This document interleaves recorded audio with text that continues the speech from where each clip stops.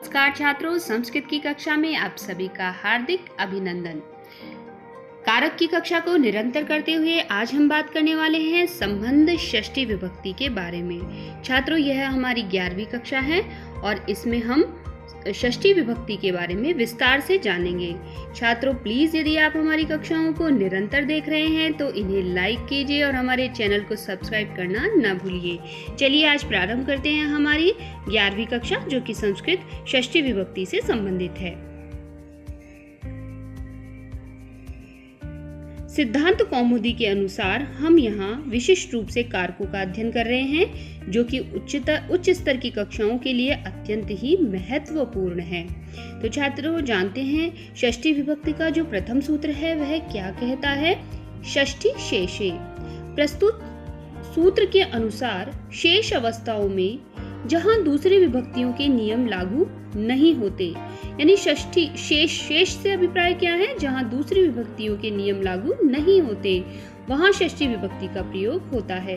अर्थात प्रातिपदिक व कारक के अर्थों से भिन्न स्वामी भाव संबंध में षष्ठी विभक्ति होती है। इस सूत्र को हम एक उदाहरण से समझ लेते हैं कि यहाँ स्वामी भाव संबंध क्या होता है। जैसे राज्ञः पुरुषः, यहाँ पुरुषः स्व का तथा राज्ञः स्वामी का बोधक है। आप समझ गए होंगे कि स्वामी भाव संबंध क्या होता है। राज्ञः पुरुषः, यानी कि जो पुरुष है वह उसका स्वामी कौन है, राजा। तो राज्ञः, तो राज्ञ यहाँ हो गया स्वामी, और राजा का कौन है, पुरुष है, तो वह पुरुष क्या हो गया, स्व। तो जिस भी वाक्य में या पद में हमें स्वामी भाव संबंध दिखे वहां षष्ठी विभक्ति का प्रयोग होता है। अन्य उदाहरण है सर्पिषः जानीते। सर्पिषः कहते हैं घी को, घी के कारण जाना जाता है। तो यहाँ जो सर्पिषः है यह स्वामी भाव संबंध को दर्शाता है, अतः यहाँ पर षष्ठी विभक्ति हुई है। आगे हम देखते हैं षष्ठी हेतु प्रयोगे। षष्ठी हेतु प्रयोगे। हेतु शब्द के योग में उसमें हेतु द्योत्य हो तो हेतुवाचक से षष्ठी विभक्ति होती है। छात्रों, तृतीया विभक्ति के प्रसंग में हमने जाना था कि जहाँ हेतु अर्थ द्योतित हो, अध्ययनेन वसति, वहाँ तृतीया विभक्ति होती है। लेकिन यहाँ भिन्न वार्ता ये है कि हेतु शब्द का भी प्रयोग होना चाहिए। हेतु शब्द का प्रयोग हो तथा हेतु अर्थ भी साथ में द्योतित हो, तो ऐसे स्थल पर षष्ठी विभक्ति का प्रयोग होगा, तृतीया का नहीं होगा।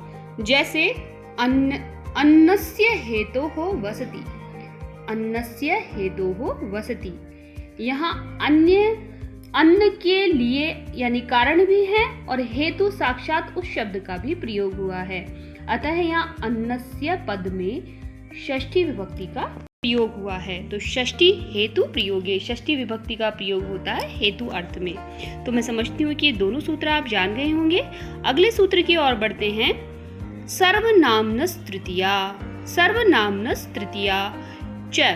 ये सूत्र क्या कहता है कि जब सर्वनाम शब्द किसी हेतु शब्द के द्वारा हेतु अर्थ का प्रकाशक हो तो सर्वनाम शब्द में षष्ठी व तृतीया दोनों का प्रयोग होता है। यानी कि हम यहाँ तृतीया और षष्ठी दोनों का प्रयोग कर सकते हैं जब हेतु शब्द हो और उसके आगे सर्वनाम हो। जैसे केन हेतुना वसति, ये तो तृतीया का उदाहरण हो गया, और इसकी वैकल्पिक व्यवस्था में हम कस्य हेतुना वसति यह प्रयोग भी कर सकते हैं।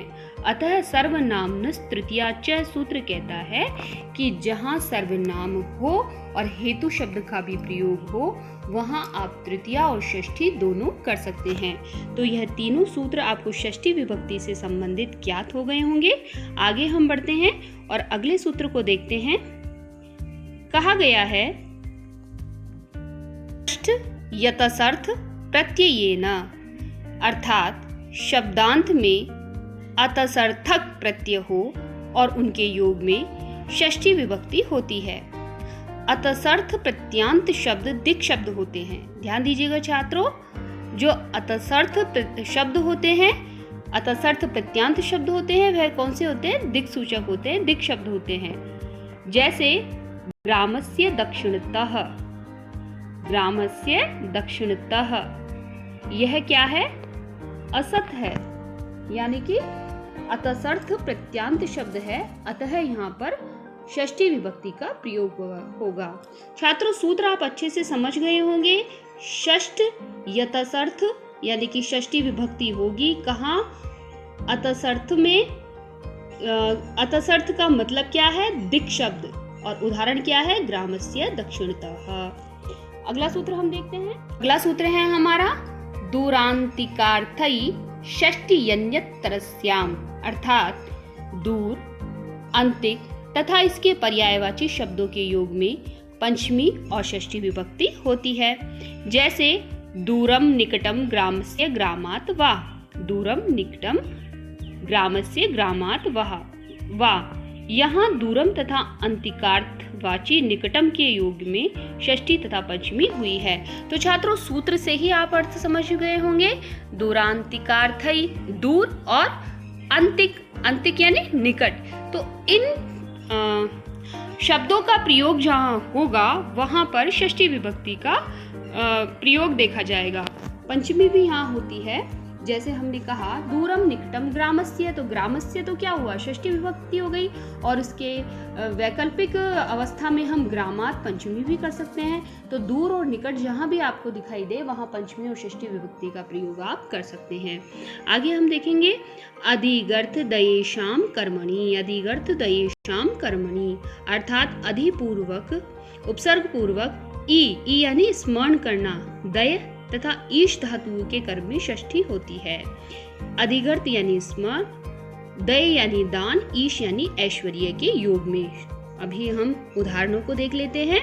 जैसे स्मरण के अर्थ में हम देखेंगे मातुः स्मरणम, सर्पिषः दयनम, सर्पिषः यानी घी का दान, सर्पिषः ईशनम, सर्पिषः यानी ऐश्वर्य, घी के दान करने से ऐश्वर्य की प्राप्ति होती है, इसलिए सर्पिषः ईशनम। तो इस तरह से छात्रों हमने अधिगर्थ दयेशाम कर्मणि, इसको हमने जाना कि यहाँ जो कर्म है उसमें षष्ठी विभक्ति होगी। किनके योग में? अधि उपसर्ग पूर्वक ई यानी ई स्मरण करना, दय यानी दय तथा ईश धातुओं के योग में। आगे हम देखेंगे अगला जो हमारा सूत्र है उसको समझेंगे। अगला हमारा सूत्र है क्रिय प्रतियत्ने, क्रिय प्रतियत्ने। यदि क्रिय धातु का अर्थ प्रतियत्न यानी कि गुण उत्पन्न करना हो तो उसके कर्म में षष्ठी विभक्ति होती है। जैसे हमने एक उदाहरण देखा, अधोदकस्योपस्करणम, अधोदकस्योपस्करणम। ये जो शब्द है छात्रों, आप तो सिर्फ इसे यूं ध्यान रख लीजिएगा कि ये जो उदाहरण है वह क्रिय प्रतियत्न सूत्र के अनुसार हुआ है। क्रिय धातु का अर्थ प्रतियत्न यानी गुण उत्पन्न करना हो तो उसके कर्म में षष्ठी विभक्ति होती है। यह धातु के कर्म में षष्ठी विभक्ति हुई है यहाँ पर, अधोदकस्योपस्करणम।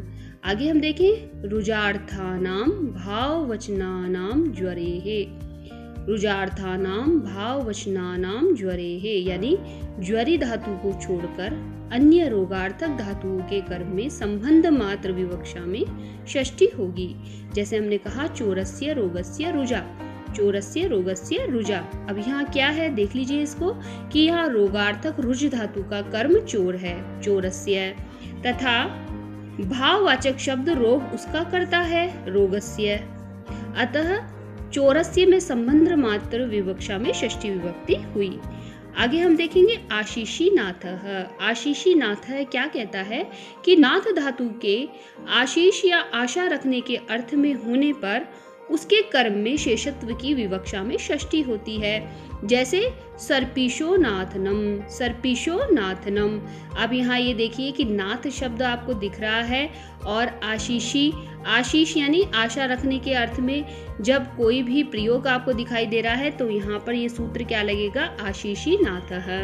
आप अगर आपके सामने उदाहरण आता है तो आप सूत्र को झट से समझ जाइएगा, क्योंकि यहाँ प्रायः जो उदाहरण आएंगे उसमें भी नाथनम ऐसा करके होगा और यहाँ जो सूत्र है उसमें भी नाथः इसका प्रयोग दिखाई देगा। आगे हम देखेंगे, जसी निप्रहरण नाटक्रात पीशाम हिंसायाम। जसी निप्रहण नाटक्रात पीशाम हिंसायाम, अर्थात हिंसार्थक जासी नि तथा प्र उपसर्ग पूर्वक हन धातु, नाट धातु, क्राथ धातु तथा पिश धातुओं के कर्म में संबंध मात्र विवक्षा में षष्ठी विभक्ति होगी। जैसे छात्रों कुछ नहीं, इस सूत्र के अनुसार आपको शब्दों को तोड़ना है। जैसे जैसे आप शब्दों को तोड़ेंगे आपके दिमाग में जो ये शब्द आते जाएंगे उसके अनुसार ही आपको सूत्र भी स्पष्ट हो जाएगा। ये इसमें मुख्य रूप से बात भी यही कही गई है कि हिंसार्थक जसी हो, नी हो, प्र उपसर्ग हो और हन धातु हो, नाट धातु, क्राथ धातु ये सब हो तो यहाँ पर संबंध मात्र की विवक्षा में षष्ठी विभक्ति होगी। हम सब जानते हैं कि षष्ठी विभक्ति होती कहाँ है, संबंध मात्र में ही होती है। जैसे चौरस्य निप्रहणम, चौरस्य उन्नाटनम, चौरस्य क्राथनम, वृषलस्य पेषणम। तो ये सब जो आपको दिखाई दे रहा है वह किससे हो रहा है, इस पूछ लिया जाए आपसे वृषलस्य पेषणम, यहाँ जो षष्ठी विभक्ति हुई है वह किस अर्थ में हुई है, किस सूत्र से हुई है, तो आप ये सूत्र ध्यान रखिएगा। डायरेक्ट इसमें दिया हुआ है पिशाम, पिशाम से आप समझ जाएंगे पेषणम जो यहाँ हुआ है, इसलिए इस सूत्र से इस उदाहरण को यहाँ लिया गया है। आगे हम देखेंगे, कहा गया है व्यवहपणोः समर्थयोः, यानी कि वी अब उपसर्ग पूर्वक वी धातु तथा पण धातु जब समानार्थक होती है तो उनके कर्म में शेषत्व विवक्षा में षष्ठी विभक्ति होती है। जैसे शतस्य व्यवहरणम पणनम वा, शतस्य व्यवहरणम पणनम वा। अब देखिए यहाँ पे व्यवहरण और पण यानी कि व्यवह और पण, इन दो चीजों को मुख्य रूप से लिया गया है और ये दोनों हमारे सूत्र में भी दिखाई दे रही है। व्यवहपणोः समर्थयोः अर्थ आप जान ही चुके हैं, तो इनके योग में षष्ठी विभक्ति होगी। उदाहरण दे दिया गया, शतस्य व्यवहरणम पणनम वा। फिर अगला सूत्र है दिवस तदर्थस्य, दिवस तदर्थस्य। यह कहता है कि तदर्थस्य अर्थात द्युत एवं क्रय विक्रय व्यवहार अर्थ में दिव धातु के कर्म में संबंध मात्र विवक्षा में षष्ठी होती है। देखिए दिवस तदर्थस्य, आपको यहाँ दिव शब्द को देखना है। दिव से जुड़ा हुआ जो भी कोई उदाहरण आपको दिखाई दे आप समझ जाइए कि वहाँ षष्ठी विभक्ति करनी है। जैसे कि शतस्य दिव्यति, शतस्य दिव्यति। तदर्थस्य अर्थात द्युत एवं क्रय विक्रय व्यवहार अर्थ में दिव धातु के कर्म में संबंध मात्र विवक्षा में यहाँ पर षष्ठी विभक्ति हुई है। अगला जो हमारा सूत्र है वह कहता है विभाषोपसर्गे, विभाषोपसर्गे अर्थात उपसर्ग पूर्वक दिव धातु के कर्म में शेषार्थ विवक्षा में विकल्प से षष्ठी होगी। ये जो विभाषोपसर्गे जो है वह कहता है, विभाषा का मतलब क्या है, यहाँ पर विकल्प बता रहा है कि विकल्प से यहाँ पर षष्ठी विभक्ति होगी, ऐसे नहीं होगी। जैसे छात्रों एक उदाहरण भी हम इसका देख सकते हैं विभाषोपसर्गे का, शतस्य शतम वा प्रतिदिव्यति। शतस्य शतम, हमने कहा कि षष्ठी और द्वितीय दोनों हो सकती है, तो हम शतस्य लगा दे या शतम लगा दे।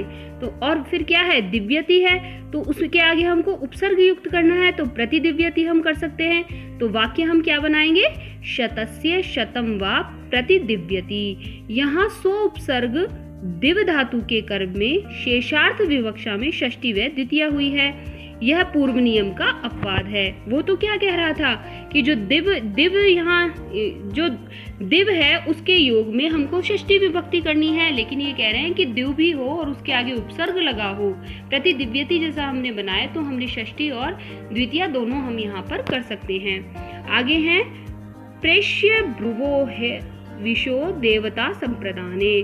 प्रेष्य ब्रुवोर विशो हविशो देवता संप्रदाने। यदि प्रेष्य और ब्र धातुओं का प्रयोग देवता संप्रदान में हो तो इन धातुओं के कर्म में षष्ठी होती है। जैसे हमने कहा अग्नये हविषः प्रेष्य, अग्नये हविषः प्रेष्य।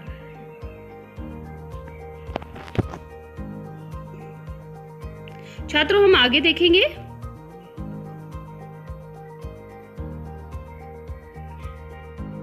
तो अगला जो सूत्र है वह हमारा है कृत्वोर्थ प्रयोगे कालेधिकरणे। कृत्व अर्थ वाले प्रत्ययों के प्रयोग में कालवाचक अधिकरण में शेषार्थ की विवक्षा होने पर षष्ठी विभक्ति होती है। जैसे हमने उदाहरण देखा द्विर्हन्नो भोजनम। अब यहाँ देखिए कि यहाँ संख्यावाचक द्विशब्द है से सुच प्रत्यय होकर, संख्यावाचक द्विशब्द से सुच प्रत्यय होकर द्वि बना। अतः इसके योग में अधिकरण अर्थ में वर्तमान अहन शब्द की विवक्षा मात्र से षष्ठी होकर अहन यह रूप बना। तो इस तरह से यहाँ पर षष्ठी विभक्ति का प्रयोग हुआ। ये विशिष्ट सूत्र है छात्रों, ध्यान दीजिएगा। कर्तृकर्मणोः कृतिः, कर्तृकर्मणोः कृतिः। कृदंत के योग में कर्ता तथा कर्म में षष्ठी विभक्ति होती है। यानी कि जहाँ पे कृदंत हो और कर्ता तथा कर्म योग हो वहां पर षष्ठी विभक्ति होगी। जैसे कहा कृष्णस्य कृतिः, यहाँ कृ धातु से तिन प्रत्यय करके कृतिः के योग में कृष्ण इस कर्ता में षष्ठी होकर कृष्णस्य कृति यह बना। आगे हम देखेंगे उभय प्राप्तौ कर्मणि, उभय प्राप्तौ कर्मणि। यानी कि कृदंत के योग में जहाँ कर्ता और कर्म दोनों ही में षष्ठी विभक्ति प्राप्त होती है वहाँ कर्म में ही षष्ठी विभक्ति होती है और कर्ता में अनुरक्त होने से तृतीया होगी। मतलब कर्म में तो षष्ठी विभक्ति होगी और कर्ता के अंदर तृतीया विभक्ति होगी। जैसे उदाहरण हम देख लेते हैं आश्चर्यो गवाम दोहो गोपेन, आश्चर्यो गवाम दोहो गोपेन। यहाँ दुह धातु से घ्य प्रत्यय करने पर दोह यह कृदंत रूप बनता है। इसका कर्ता अगोपः है और कर्म गो है। यहाँ कर्ता और कर्म दोनों में षष्ठी विभक्ति होती है। आगे का सूत्र हम देखेंगे अधिकरण वाचिनश्च, अधिकरण वाचिनश्च। अर्थात यदि भूतकालिक त प्रत्यय अधिकरण बोधक हो तो उसके योग में अनुरक्त कर्ता और कर्म में षष्ठी होती है। जैसे उदाहरण देख लेते हैं इदमेषामासितं शयितं गतं भुक्तं वा, इदमेषामासितं शयितं गतं भुक्तं वा। अर्थात यहाँ आसितम इत्यादि प्रयोगों में त प्रत्यय अधिकरण में होने से इनके योग में एशाम में कर्ता में षष्ठी विभक्ति हुई है। इदमेषाम आसितम शयितम गतम भुक्तम वा। इस तरह से यह हमारा जो उदाहरण है वह सिद्ध हुआ। आगे के जो हम देखेंगे सूत्र तस्य च वर्तमाने, तस्य च वर्तमाने अर्थात वर्तमान काल में कहे गए त प्रत्यय के योग में षष्ठी होती है। देखिए त प्रत्यय में भूतकाल होता है लेकिन क्या वर्तमान काल में कहे गए, यहाँ ये विशेष बात है। उदाहरण देख लेते हैं हम राज्ञाम मतो बुधः पूजितो वा। यहाँ वर्तमान कालिक त प्रत्यांत शब्द के योग में राज्ञाम में कर्ता में षष्ठी विभक्ति हुई है। राज्ञाम में षष्ठी विभक्ति का प्रयोग हुआ है। किस सूत्र से हुआ है? तस्य च वर्तमाने सूत्र से।